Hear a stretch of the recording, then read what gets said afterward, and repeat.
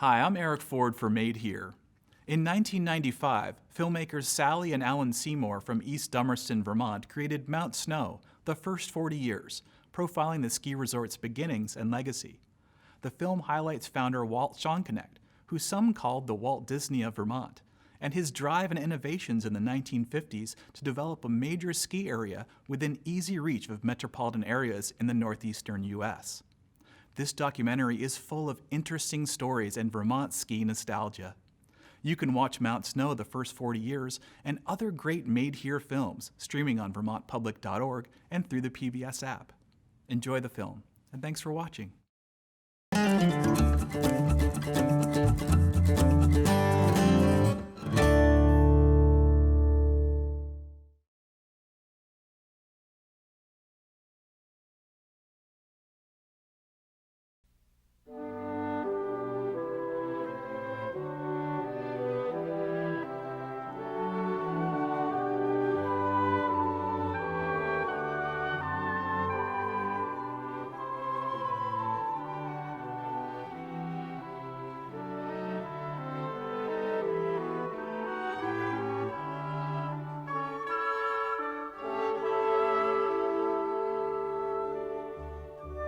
What changed Dover's history forever was a man named Walt Schonkenecht, who came to the Deerfield Valley in search of an area to put up a ski area. He went to Vermont with his father, and he called back very excited that he'd found the place. And I said, well, where is this? And he said, West Dover in Vermont. They found this mountain that looked pretty enticing. It looked like it could be developed into a ski area. And it was the Reuben Snow Farm. His father only had $20 with him. So he put $20 to seal the deal. And that was the real start of Mount Snow.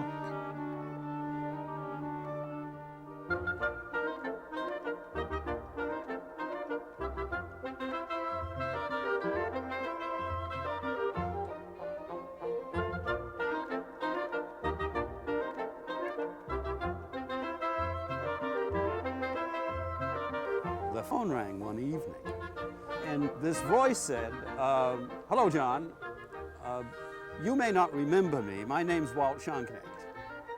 That has to be one of the most bizarre comments that ever uttered by man, because whoever met Walt Schonkenecht, even for 1 minute, and didn't remember it, how could you forget Walt Schonkenecht? Walt was a dreamer, and he was always having grand ideas. He seemed like he was 10 feet tall. It seemed to me that he had some gestures that his arms would extend 15 feet. Like Mohammed, East Havener went to a mountain and found skiing.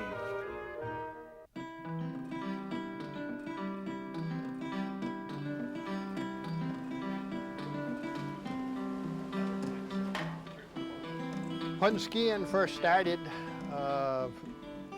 I think we were very skeptical. You know, Walt Schonkenecht had more dreams and visions in his mind than almost anybody I can imagine. I was struck years later when I saw Kevin Costner in Field of Dreams. I mean, that story could have been Walt Schonkenecht in Mount Snow. I mean, Mount Snow was Walt Schonkenecht's Field of Dreams. It was a little hard to really envision that skiing could be a worthwhile operation other than just plain foolishness.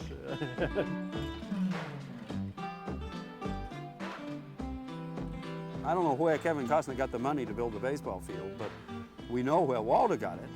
He borrowed it.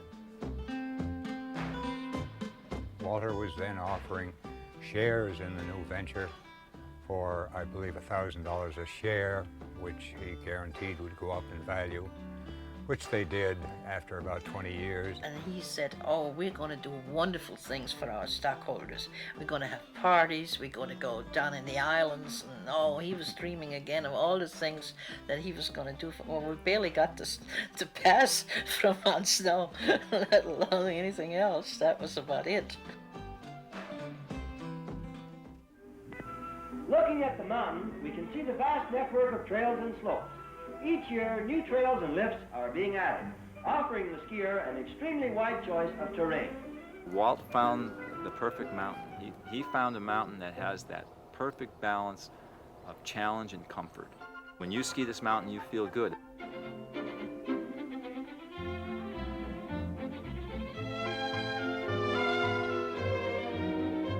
The trail layout here was the first sensible approach that I've seen to real trails as they are today. But most of his trails were to the center. In other words, if you got off the center of the trail, you didn't go flying into the woods someplace.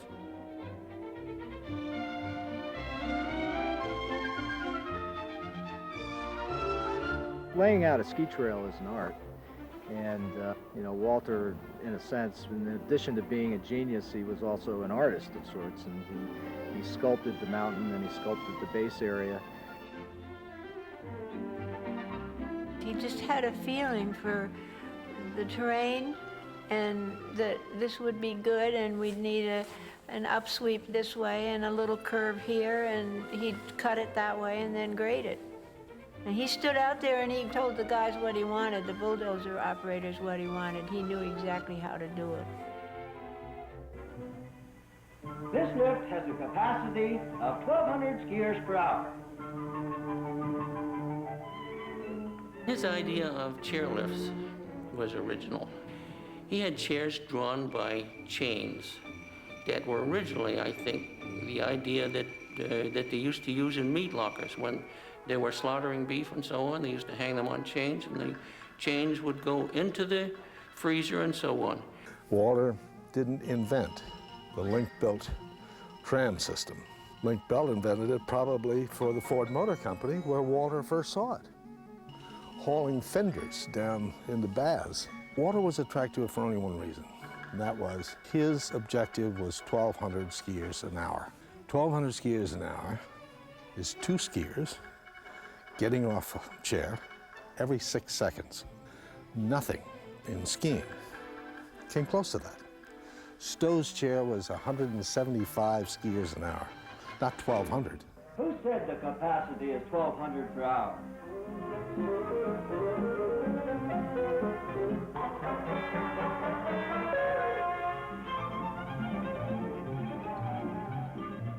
My roommate from college had a girlfriend with a white ski parka, and that early lift dripped grease on the white ski parka among everybody else's, but it showed up much more prominently on the white ski parka.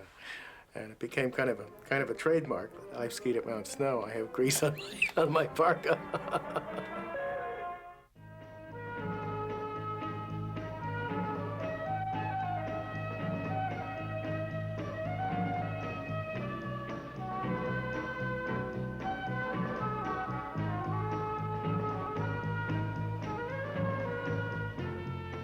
There's even one lift that'll bring you from the hotel to the base lodge. He loved pedestrianization. You know, it's why he built the air car going over from Snow Lake Lodge to the base lodge. He wanted to get people out of their automobiles.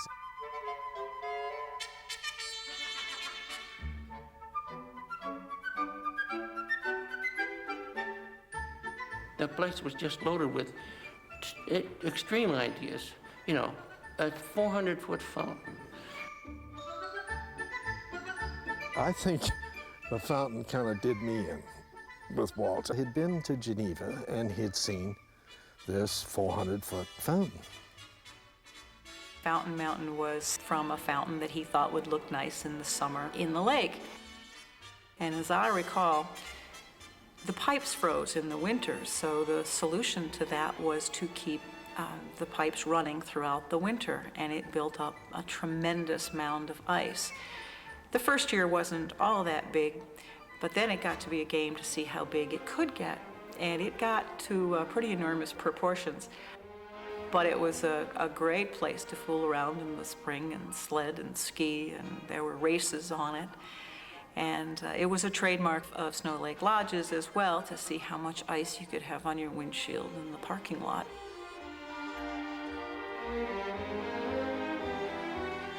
Nobody wanted the fountain. The bankers didn't, nobody wanted the fountain, okay?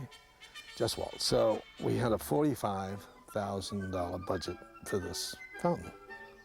I know that it went over 200,000. Anything that was a little out of the ordinary, Dad liked to do.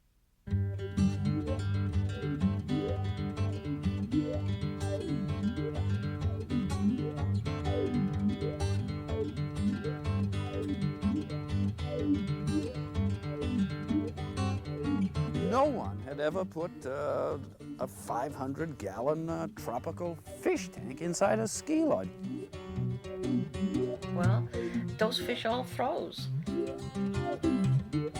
Walter had gotten some notoriety for having conceived of the idea of dropping the atomic bomb between Stratton Mountain and Mount Snow to create a bowl that would provide sufficient vertical descent so we could have 800 vertical meters to host the Olympics. Here's a copy of his press release, which is undated, but we know that it was 1963. It would create a bowl nearly 1,700 feet in diameter and as deep as 400 feet, and it might increase snow capacity and open new underground water sources.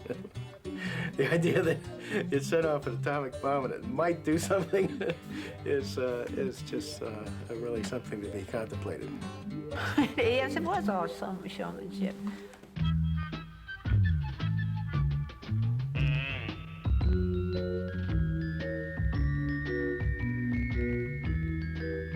As a kid, I knew that Mount Snow was something special. I knew that it was different from other skiers. It was sort of like having Disney World here in the Deerfield Valley, and we sort of like looked at Walt Schonkeneck as the Walt Disney of the ski industry. When the traditional thing to do to build the most modern of ski resorts was to, inside the base lodge, build a heated swimming pool and then flood somewhere outside and let people skate. Well, Walter put the skating rink inside and the swimming pool outside. The indoor skating rink is frozen year-round and is an ideal form of entertainment for young and old. Here in the sauna pool, water is kept at 102 degrees throughout the winter, offering comfortable swimming at sub-zero temperatures. Even the surrounding terrace is radiant heated. Hot water swimming really relaxes tired ski muscles. The large mirror lounge on the roof reflects the sun's rays into the pool and provides an excellent place to sunbathe, as these girls are doing. And I can still see those people swimming in that pool coming out of there. And the girls particularly, they'd come out and their hair would just be frozen up like this. Of course, Mount Snow has 2 heated outdoor swimming pools and an indoor pool.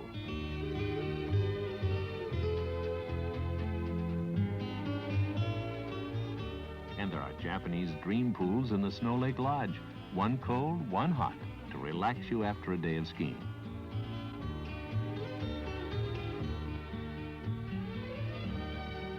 Walt had the idea of a Japanese dream pool, and he assembled a lot of tropical plants, and this was, I don't think the pool is quite finished, but he had all these plants that had arrived from the south, and as I remember, every single one froze.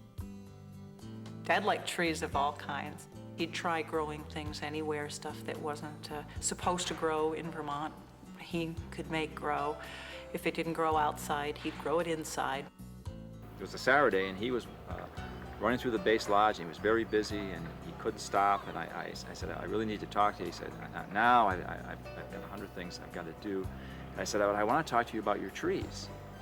And he said, oh, shall we sit here?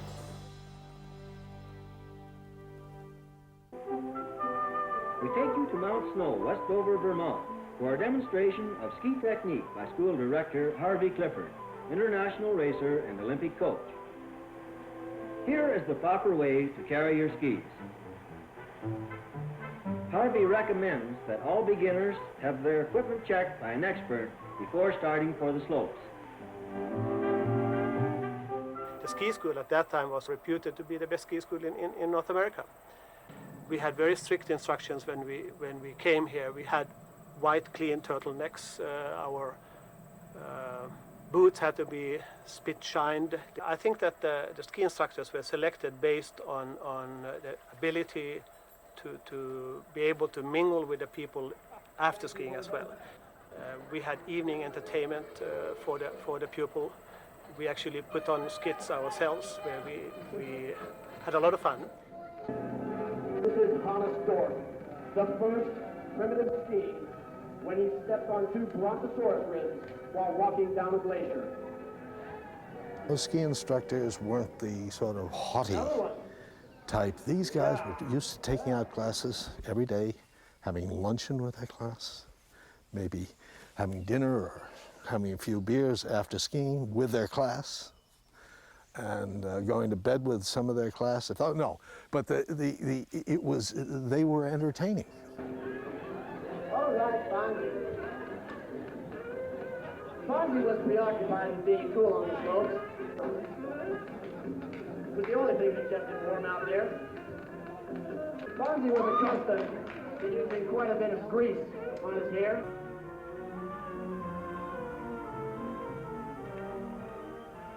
Harvey arrives just in time to organize the 10 o'clock lesson. Walt had a very strong identification with guys who didn't have a lot of money, and gals, and wanted to ski. So Walt's contribution to that end of it was to try to put together a Learn to Ski week that was so inexpensive, it was absolutely irresistible. All right, $29.95, I think, was the ticket that included the lessons. $59.95 was a bunk room and food, 2 meals, and ticket and lessons for a week. I can still see that ad in Skiing, $27.50 for a 5-day ski week, and we're all scratching our heads at Killington going, how can they do that? They couldn't. He was always in financial difficulty, and that was usually the subject of the moment. You know, my goodness, what am I going to do now? I was asking him how we were going to address this problem, and Walter looked at me and said, John, let's rise above it. Mom really held an awful lot of it together behind the scenes. She was responsible for keeping his feet on the ground. Oh, everything he was going to do was going to be successful. There was no doubt in his mind. Sometimes we had to make little adjustments. He thought differently from the way the rest of us think. And that was both what created Mount Snow and contributed to what happened at Mount Snow.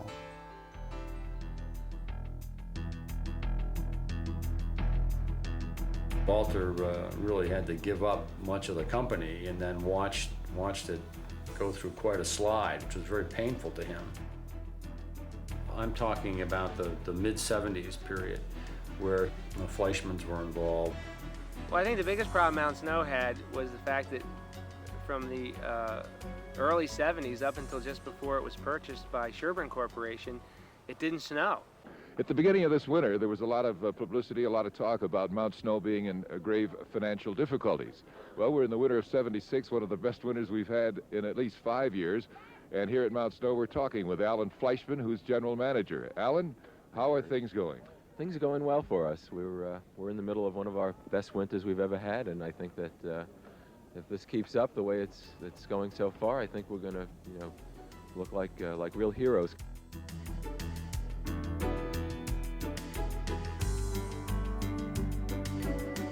My sense is that Davos tended to look at this like their other investments, and a meatpacking plant is different from a ski area.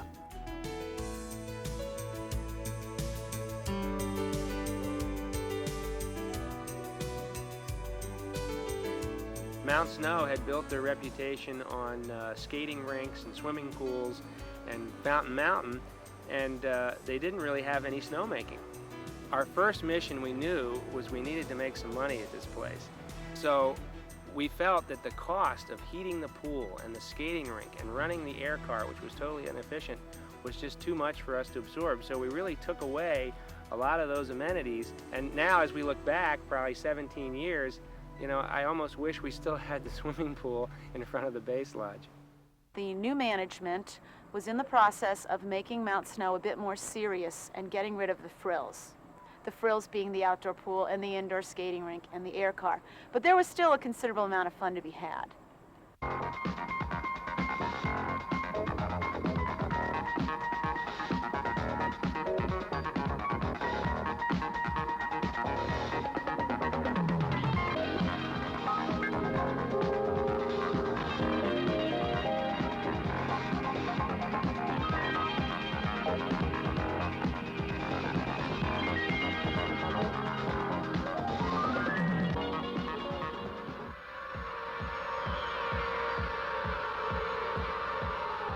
Each time they dance to the wind, I can hear the bells join in to fill the mountains and the valleys with their song.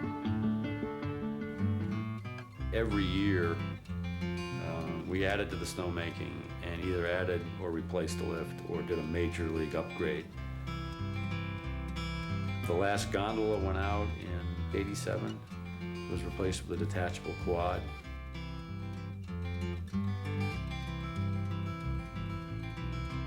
They've expanded their trails. They've purchased Corinthia ski area. They've purchased many of the surrounding real estate areas. Of course, I wasn't smart enough to buy some real estate. Make $1 million. They pay their bills promptly, and management has seemed to be doing a good job.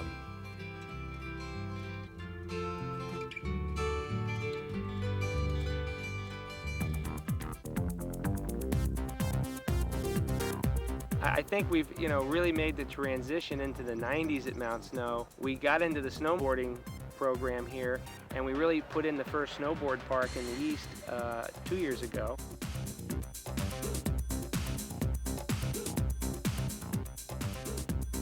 Another thing we've done at Mount Snow that I think is really fun is the Bear Trap Bump Trail.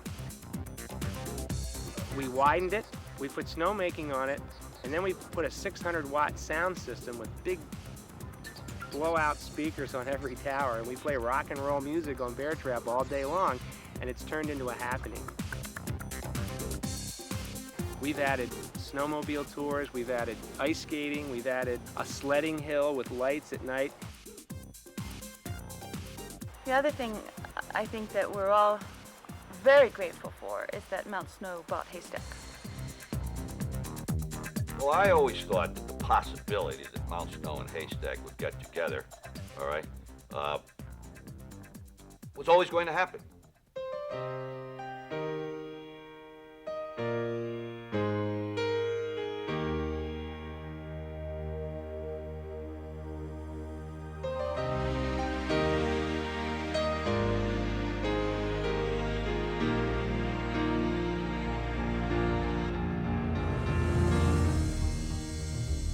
I think if Walt came back to Mount Snow today and took a look at the mountain and took a look at what we were doing at Mount Snow, he would probably have about 10 great ideas he'd want to share with us right away.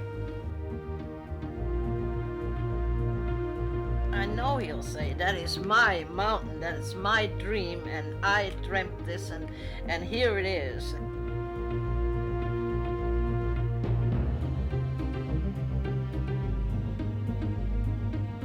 I've got all of the old plans and maps and all the harebrained schemes that he had. You know, we're starting to cycle back now to some of the things that he did.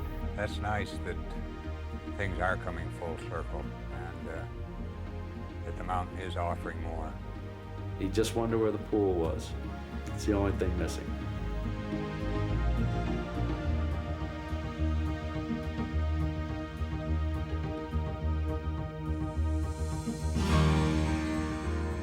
The greatness of Mount Snow is still ahead of it, I'm sure. Every day you go up on the mountain, it's different. That's why skiing's going to be around a long time, because 40 years ago, it was no different. People were coming here for the same thrills. I don't see any reason. You don't get earthquakes here in Vermont. at least not yet, that it shouldn't be the same forever and ever.